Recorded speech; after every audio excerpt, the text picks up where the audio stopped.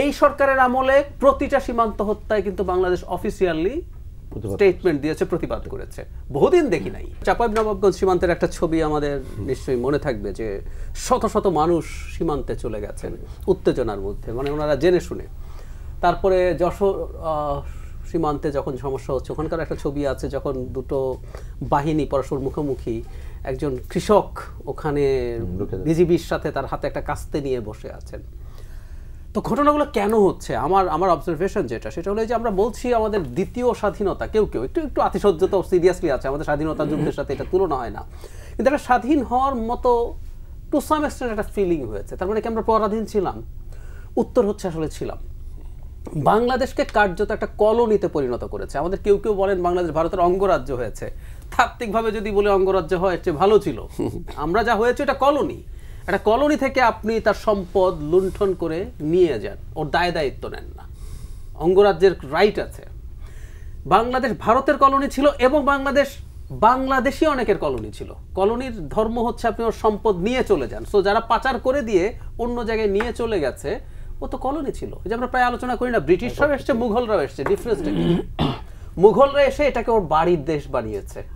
ভালো করুক খারাপ করুক, এখানে সে থেকেছে, এখানে জীবন যাপন করেছে, মারাও গেছে, সব তার বংশধররা সব এখানে আছে। ব্রিটিশরা এখানে এসে এখানকার সম্পদ নিয়ে চলে গেছে, সেই জন্য এটা কলোনি, কিন্তু ব্রিটিশের কলোনি হয়েছে। ফলে বাংলাদেশ আদতে কলোনি হয়ে গিয়েছিল আওয়ামী লীগের কিছু মানুষের এবং ভারতের। তো সেখান থেকে যখন আমরা বেরিয়ে এসেছি, আমাদের মধ্যে না একটা নাগরিক হয়ে ওঠার টেন্ডেন্সি কাজ করে। এটা শুধু এখানে না, একটু পেছনে যদি যাই, বন্যার সময় আমি এই কথাটা খুব বলতাম, এই যে বন্যা হলো, মানুষ অসাধারণ সাড়া পড়ে গেল। আমি ঢাকা ইউনিভার্সিটিতে দুই একটা প্রোগ্রামে তখন গেছি, আমি দেখলাম যে ত্রাণ রাখার জায়গা পাওয়া যাচ্ছে না। বন্যা তো আগেও হয়েছে, এবং আগেও সেই বন্যায় গরিব মানুষই মূলত বেশি কষ্ট পেত, কিন্তু আমরা তো এইভাবে সাড়া দেই নেই। তার মানে আমরা ওন করি না আমাদের স্টেটটাকে দীর্ঘদিন। আমরা কি দেশের কোথায় কোথায় ঝামেলা হচ্ছে, আমি এইসব টকশোতে প্রচুর ব্যবহার করার চেষ্টা করেছি, কোথায় কোন র্যাঙ্কিংয়ে পাকিস্তানের চাইতে খারাপ, উগান্ডার চাইতে খারাপ, এগুলো বলতাম। কেন বলতাম? কারণ আমরা আসলে এই সরকারটা আমাদেরকে এমন পরিস্থিতি তৈরি করে দিয়েছে, এটা আওয়ামী লীগের দেশ, তোমাকে আমি দয়া করে থাকতে দেই, তুমি এটার সিটিজেন না। এখন ওই বোধটা আসলে আমাদের ফেরত এসছে, আমরা সিটিজেন।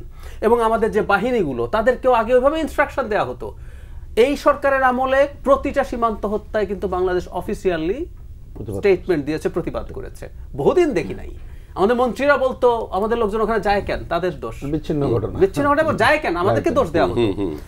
অথচ এই যে সীমান্তের কথা আসলো, ভারতের সাথে তো অনেক দেশের সীমান্ত আছে। আমি পাকিস্তান চায়নাকে সরিয়ে রাখি, ওগুলো বিরাট পাওয়ারফুল দেশ। মানে পাকিস্তানের সাথে নিউক্লিয়ার ওয়েপন বাদ দেন, কনভেনশনাল ওয়েপনেও ভারতের ফাইট খারাপ হবে না। ভারত পৃথিবীর 4 নাম্বার গ্লোবাল ফায়ার পাওয়ার ইন্ডেক্সে, পাকিস্তান কিন্তু 9 নাম্বার দেশ। সুতরাং তাদের কনভেনশনাল ওয়েপনেই ভালো যুদ্ধ হবে।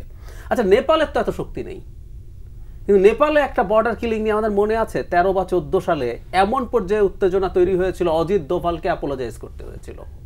নট অনলি দ্যাট, এই যে রিসেন্ট টাইমসে নেপালের এই বর্ডারের কালাপানি লিপুলেখ এরিয়া নিয়ে তাদের এখানে সংযোগ করা, ও তো ছাড় দিচ্ছে না।